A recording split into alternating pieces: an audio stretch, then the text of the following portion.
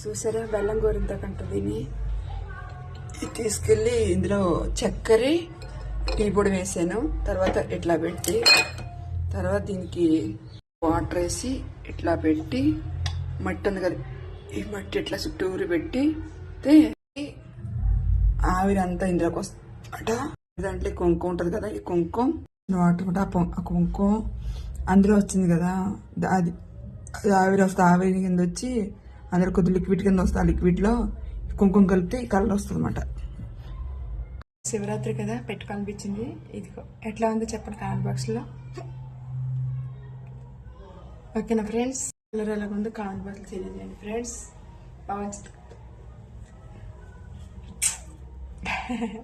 మా అమ్మ నాకు నేర్పించింది, ఇప్పుడు గుర్తొచ్చింది.